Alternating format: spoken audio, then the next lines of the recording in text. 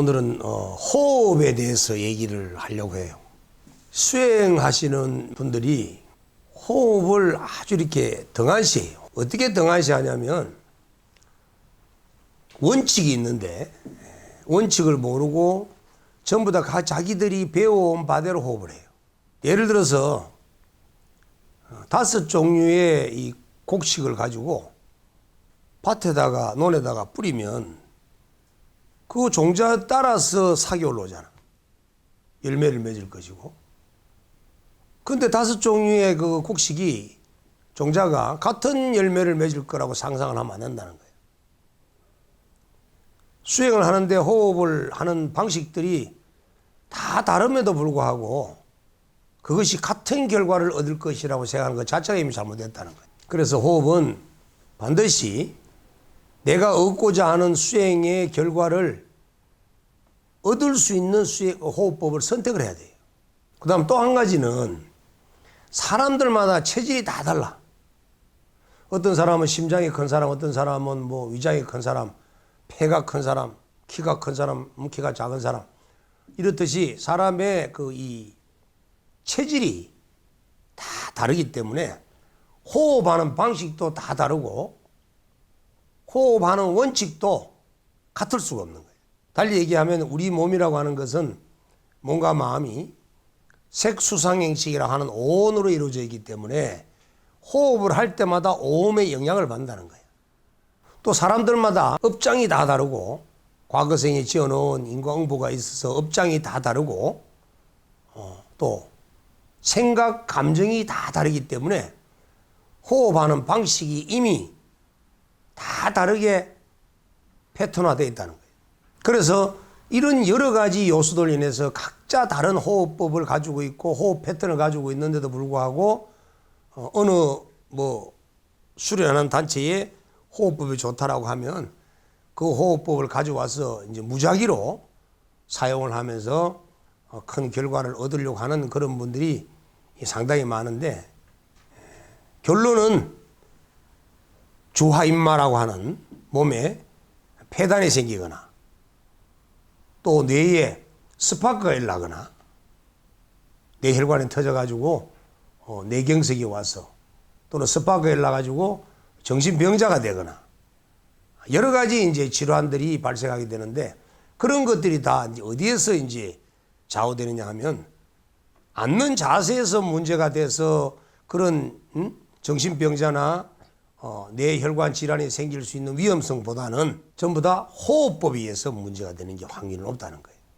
어떤 경우는 뭐 강하게 완전 호흡이라고 그래가지고 호흡을 강하게 들숨을 하고 강하게 날숨을 하는 이런 호흡을 통해서 혈류를 아주 머리 쪽으로 많이 올리게 하고 또 뇌혈관에 압박을 많이 주게 돼서 결국은 모세혈관에 터져버리는 그런 현상이 생기기도 하고 또는 혈관끼리 가까이 있다가 붙어가지고 혈관이 확장이 되면서 붙어가지고 감각기관을 신경을 건드려가지고 스파크가 일어나는 경우도 있고 이렇게 해서 여러 가지 이제 신체적 질환들이 많이 생기는 폐단이 생겨요. 그리고 내 감정이 어떤 감정을 가지고 있느냐에 따라서 호흡이 달라져요. 어떤 사람은 날숨을 먼저 하고 덜숨을 하는 사람, 어떤 사람은 덜숨을 먼저 하고 날숨을 하는 사람, 어떤 사람은 덜숨이 길고 날숨이 짧은 사람, 어떤 사람은 덜숨이 짧고 날숨이 긴 사람, 사람들마다 선후장단이 다 다른 거예요. 이 습관되어 있기 때문에. 이 호흡이라고 하는 것은 그냥 무시할 수 없는 게 뭐 때문에 무시할 수 없느냐면은 첫째 우리가 도를 이룰 수 있는 토대를 만들어주는 수행법이기 때문에 호흡법을 절대 무시해서는 안 되는 거예요. 지금 우리의 일반 범부 중생들의 호흡은 어떠냐 하면 1분에 한 12초, 12회에서 한 17회 정도 돼요. 호흡을 하는데. 그러다가 뭐 우리 급하게 여기 지금 수행하러 왔거나 또 감정이 격하거나 또 운동을 했거나 이렇게 하게 되면 호흡이 1분에 한 20회 정도로 빨라지는 거예요. 그러다가 또 무슨 걱정거리가 있거나 스트레스에 노출이 돼가지고 마음이 경직돼 있고 몸이 경직돼 있는 상태가 되면 호흡이 가빠질 수밖에 없는 거야. 또 마음의 감정이 화가 나버리면 숨을 쉴 수 없을 정도로 호흡이 거칠어지는 거예요. 결론적으로 우리가 평화롭지 못하고 고요하지 못하면 호흡은 자연적으로 횟수가 많아지는 거예요. 횟수가 많아지면 산소와 몸속에 들어있는 그 당분이나 이런 영양소들을 에너지화 시키면서 그에 따르는 산화작용을 많이 하게 되는 거예요. 산화작용을 많이 시키게 되면 그 산화작용으로 인한 이산화탄소가 많이 몸속에 배출이 되기 때문에 몸속의 혈관이나 조직 내에 여러 가지 가스들이, 독소들이 많이 차가 있기 때문에 그것이 몸을 불편하게 만들어서 몸이 결국은 이 평화롭거나 안정된 상태를 만들어 가지를 못하는 거예요. 당장에 호흡을 잘못하게 되면 심장 박동수가 빨라지고 호흡이 많아지고 또 스트레스에 의한 호르몬들이 많이 분비되어서 몸이 경직되고 긴장되기 때문에 더더욱이 이 선정 속에 들어갈 수가 없는 거예요.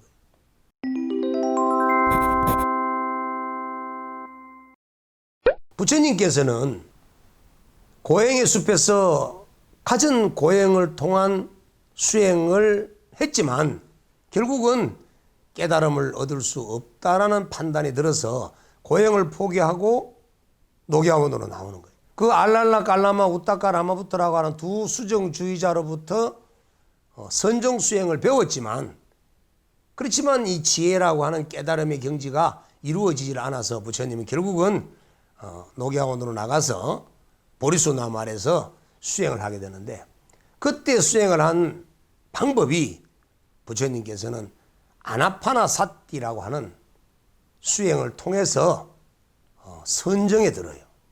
우리가 지난 시간에 초기 불교 때 많이 배웠죠. 우리 선정 수행, 사선정, 초선, 이선, 삼선, 사선이라고 하는 사선정을 얻고 그 다음에 숙명통과 천안통을 얻고 멸진정을 얻었어.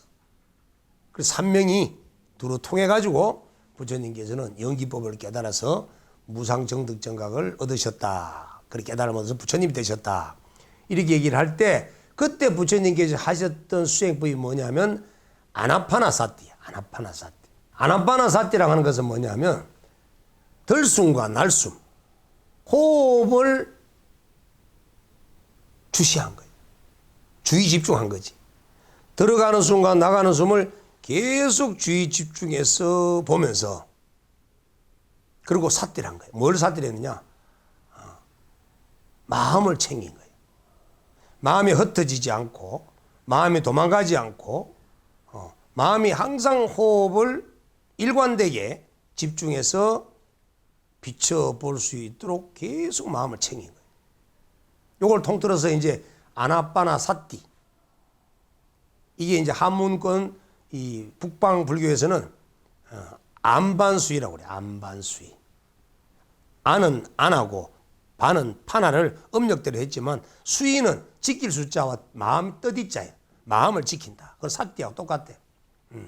그 들숨 날숨을 집중해서 관찰하면서 마음을 챙겼다. 그걸 통해 가지고 부처님께서는 선정에 드셔가지고 초선정, 이선정, 삼선정, 사선정에 들어서 숙명통과 천안통과 멸진정을 얻으셔가지고 깨달음 얻으신 거예요. 결국 우리들도 그 깨달음을 얻기 위해서는 사선정에 들어야 되고 또 사선정에 들어서 숙명통, 천안통뿐만 아니라 멸진정까지 얻어야 되고 그걸 얻기 위해서는 아나파나사티를 호흡, 들숨, 날숨을 집중해서 주시하면서 마음을 챙겨야 된다.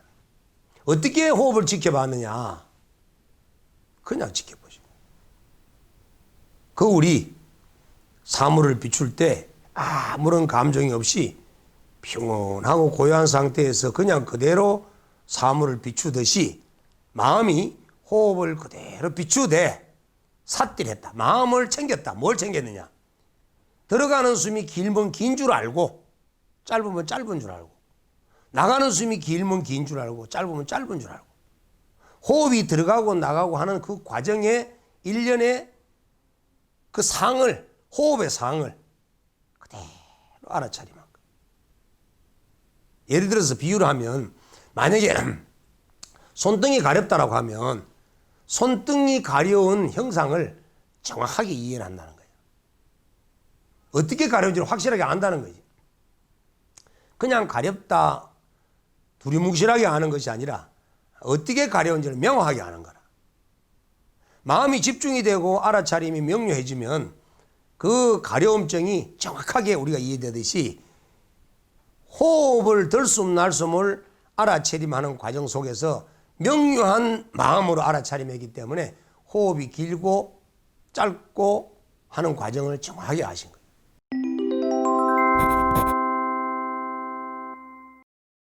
그러면서 부처님 뭘 느끼셨냐면 호흡이 길고 짧음에 의해서 내 마음의 감정이 변하더라는 거예요.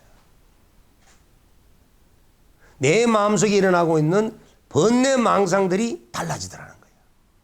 호흡이 짧으면 짧을수록 번뇌 망상이 더 많이 일어나고 감정이 더 격해지고, 호흡이 길면 길수록 번뇌 망상이 줄어들고 감정이 가라앉고 고요해지더라는 걸 알게 된 거예요, 부처님은. 그렇게 해서 어떻게 하면 이 호흡을 좀 더 길게 하고 좀 더 이렇게 고요하게 할 수 있는가 해서 부처님께서도 여러 가지 방편을 통해서 호흡의 방법을 또 형태를 여러 가지로 해보려고 하셨지만 그게 아니라는 걸 아신 거예요. 그래서 부처님이 하신 말씀은 호흡은 그냥 볼 뿐이에요. 어떤 조작도 함이 없이 그냥 볼 뿐이에요.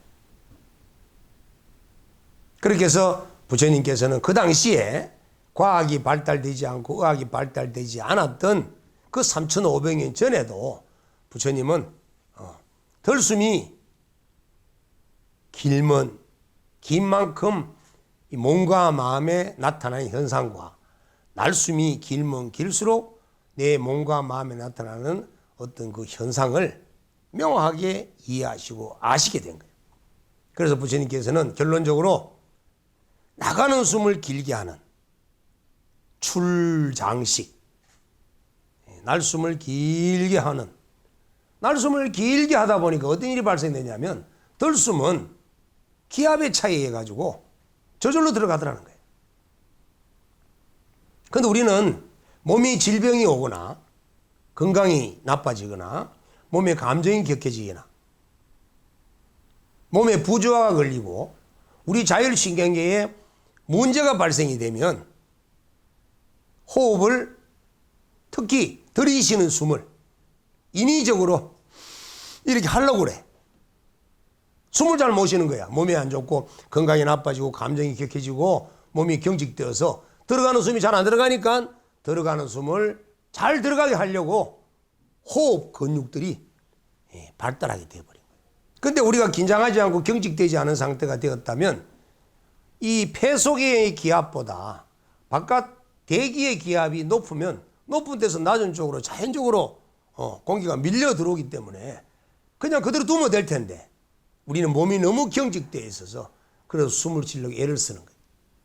질병이 든 만큼, 건강이 안 좋은 만큼, 자율신경계가 부조화가 된 만큼, 예를 들어서 천식 환자가 기도가 이렇게 좁아져 있다 보니까 숨을 쉬기 위해서, 들이쉬기 위해서 약물 투여해가면서 이렇게 강한 호흡을 해야 된다 이거야. 근데 건강한 사람은 호흡을 전혀 의식하지 않고 자연스럽게 들숨과 날숨을 하고 있는 거야. 그래서 우리가 호흡에 신경을 쓰고 관심을 가질 때는 호흡이 잘 안 될 때야. 그전에는 호흡 관심 안 갖는다고. 그리고 어쨌든 이 부처님께서는 이 호흡의 들숨 날숨의 길이에 따라서 또 들숨 날숨의 자연스러움과 부자연스러움에 의해서 우리의 감정과 생각과 번뇌 망상들이 어떻게 달라지는지를 명료하게 하신 거예요. 그래서 오직 들어오는 숨이 길면 긴 줄 알고 나가는 숨이 짧으면 짧은 줄 알고 그것만 알아차렸다. 왜 그랬냐면 알아차림이 없으면 띵한 거야. 멍 때리고 있는 거야. 호흡을 바라보는데 멍 때리고 바라봐서는 안 된다는 거예요. 이게. 멍은 마음속에 아무것도 내가 주시하는 바가 없는 상태를 보고 멍이라고 그러는데 그러면 죽은 바와 똑같아. 그 식물인간과 똑같아. 우리가 어떤 대상을 보더라도 명료하게 내가 주시하는 그 대상이 또렷하게 알아차림이 돼야 되는 거예요. 근데 멍하게 있어서는 안 된다는 거예요. 여기서 중요한 말이 삿디고 마음 챙김이야. 그러니까 호흡을 들여다봤는데 멍 때리면서 호흡을 들여다본 것이 아니라 호흡을 들숨과 날숨을 정확하게 길면 긴 줄 알고 짧으면 짧은 줄 알고 잘 들어가는지 못 들어가는지를 명료하게 알았다는 얘기는, 또렷하게 알았다는 얘기는 그만큼 잡념이 없었다는 거예요. 완전 몰입이 된 상태가 된 거예요.